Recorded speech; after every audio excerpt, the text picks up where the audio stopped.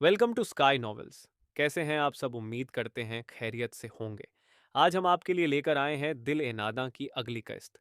आगे बढ़ने से पहले चैनल को कर लीजिए सब्सक्राइब और बेल आइकॉन भी कर लीजिए प्रेस। चलिए चलते हैं किस्त की जानिब। अम्मी प्लीज ना, उन्हें नीचे शिफ्ट कर देना। मुझे अपने कमरे में रहना है। वो कब से माँ के पीछे घूमता मिनमिनाए जा रहा था और वो उसे बार बार समझा रही थी। जिहान, तुझे तेरे अब्बा का पता है ना?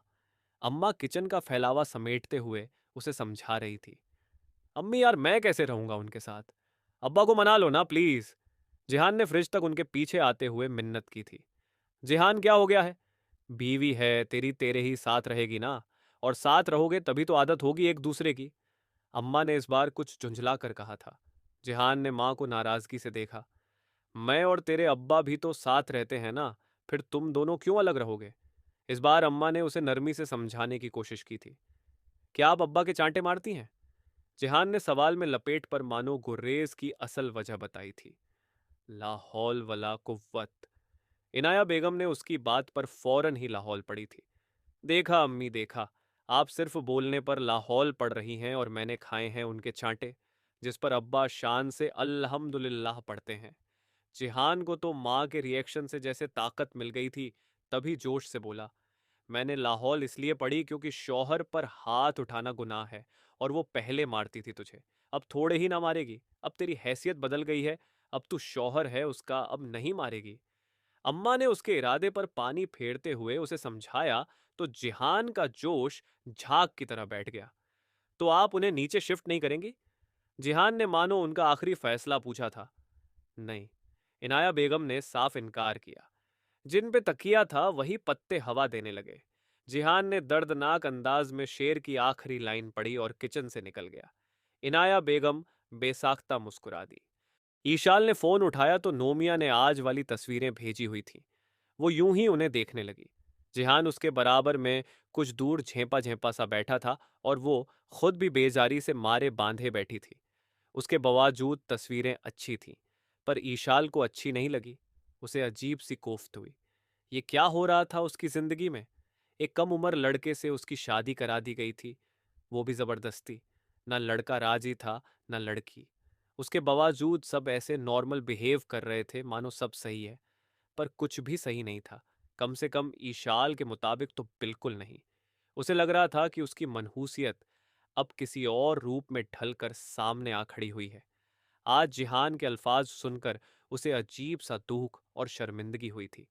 जिहान और शमसुद्दीन साहब की नाराजगी, फिर जिहान का रोना और सुर्ख आंखें। उसे ऐसा लग रहा था जैसे ये सब कुछ उसकी मनहूसियत की वजह से हो रहा है। शायद अब मनहूसियत ऐसे उसे झिझ करने वाली थी और ये बात ही ईशाल को बेचैन कर रही थी। ईशाल ने फोन एक साइड रखा और तकिया सही करती लेट गई। वो बहुत देर तक ऊपर लटकती बॉल्स को देखते हुए यही सब सोचती रही थी। फिर उसने लाइट ऑफ की और सर तक कंबल तान कर सो गई। जिहान सोने के लिए पहले ही नीचे जा चुका था। रात का जाने कौन सा पहर था जब उसे अपने ऊपर किसी के भारी हाथ का एहसास हुआ। उसने झट से आंखें खोल दी। आंखें खोलते ही सर के ऊपर सारे प्लैनेट घूम गए। खूब अंधेरे में ये प्लैनेट ज्यादा ही चमक रहे थे। ये कहाँ आ गई थी वो? कुछ पल लगे उसे ये समझने में कि वो जिहान के कमरे में है और रात जिन्हें वो छत से लटकती बॉल समझ रही थी, दरअसल ये रेडियम के स्टीकर्स थे जिन्हें बॉल के ऊपर इस तरह लगाया गया था कि इस वक्त वो छोटे बड़े प्लैनेट की तरह लग रहे थे। इस उलझन से निकली तो सीने पर धरे बोझ का ख्याल आया जो वो इन बॉल्स में उलझकर फरामोश कर गई थी। उसने झट से इस बोझ की वजह दरियाफ्त करनी चाहिए और ये एक नया झटका लगा। जिहान उसके बराबर में औंधे मुंह लेटा सो रहा था और उसका एक हाथ इशाल के ऊपर था। इशाल फौरन ही उसका हाथ खुद पर से झटकती उठ बैठी, पर उधर कोई फर्क नहीं पड़ा। वो यूं ही मुंह खोले बेखबर सोता रहा। ईशाल ने उसे सोते में ही घूरा था। वो तो नीचे गया था सोने, फिर ऊपर कैसे और कब आया? ईशाल ने नासमझी से सोचा। जरूर शमसुद्दीन साहब ने उसे भेजा होगा। ईशाल बस यही अंदाजा लगा सकी। उसने गहरा सांस लिया और सोने के लिए जगह तलाशने लगी, पर वहां न कोई सोफा था और ना कोई गद्दा दिख रहा था, और इतनी ठंड में वो बिना गद्दे के नीचे नहीं सो सकती थी। ईशाल कुछ पल यूं ही बेचैन सी बैठी सोचती रही। फिर जब कुछ समझ ना आया तो सब सोचों को पीछे डालती वो वापस अपनी जगह लेटती आंखें बंद कर गई। पर अगले ही पल जिहान का पैर उसके ऊपर था। ईशाल ने गुस्से से लब खींचे। ईशाल वक्त से पहले ही उठकर नीचे आ गई थी। पूरी रात जिहान ने उसे परेशान रखा था। कभी वो उस पर हाथ रखता तो कभी पांव। अजीब बेढंगेपन से सोता था वो, और उस पर ये जुल्म कि लाख उठाने पर भी टस से मस न होता था। ईशाल पूरी रात परेशान रही थी कि उसे अकेले सोने की आदत थी तमीज के साथ। पर यहां ऐसा कोई मामला नहीं था। कई बार दिल किया कि सोते के ही दो चार लगा दे। दो बार हाथ भी उठाया पर मार नहीं सकी, और यह पहली बार था कि वो चाह कर भी उसे मार नहीं पाई। शायद रिश्ते का पास आ गया था। वो नीचे आई तो इनाया बेगम किचन में खड़ी नाश्ता तैयार कर रही थी। वो उनके ही पास आ गई। अरे उठ गई, आओ आओ। इनाया बेगम ईशाल को देखकर खुश दिली से बोली। वो महज सर हिलाकर रह गई। अब क्या बताती कि वो सोई ही कहाँ थी भला। कुछ देर तक इनाया बेगम नाश्ता बनाती, उससे हल्की फुल्की बातें करती रही। वो भी उसने बातें करती, उनका हाथ बंटाती रही, और जब तक नाश्ता तैयार हुआ तब तक शमसुद्दीन साहब भी तैयार होकर डाइनिंग टेबल पर ही आ गए थे। साहबजादे नहीं उठे? शमसुद्दीन साहब ने अखबार की सतरों पर नजर डालते हुए पूछा। अरे हाँ, आज तो उसे कॉलेज जाना है, मेरे तो ध्यान ही नहीं रहा। इनाया बेगम को याद आया तो फौरन ही किचन से निकलती ऊपर की जानिब पड़ गई। ईशाल भी टेबल लगाने लगी। मुबारक हो दुल्हे मियाँ, शादी मुबारक हो। ये कोई छठा ग्रुप था जो स्पेशली आकर जिहान को मुबारकबाद दे रहा था। Thank you so much. Jihan ने बेहद खुशदिली से मुबारकबाद वसूल की थी, और सामने खड़े 6 लोगों के ग्रुप ने एक दूसरे को कुछ हैरत से देखा था। वो लोग तो उसे छेड़ने आए थे, पर जिहान की दिलकश मुस्कुराहट ने उनके इरादे पर पानी फेर दिया था। एसी, टीजे और रॉनी ने अपनी मुस्कुराहट दबाई, क्योंकि वो जानते थे कि जिहान ये सब किस दिल से बोल रहा था। बड़े खुश लग रहे हो जिहान मियाँ, क्या बात है? सामने वाले ग्रुप के एक बंदे ने फिर से उसे छेड़ा था। हाँ, अब इतनी अच्छी बीवी मिलेगी तो खुश होना तो बनता है। जिहान ने उसी दिलकश मुस्कुराहट के साथ कहा, तो सामने वाले बंदे ने हैरत से उसे देखा, जबकि एसी, टीजे और रॉनी ने जिहान की एक्टिंग पर उसकी पीठ ठोकी थी।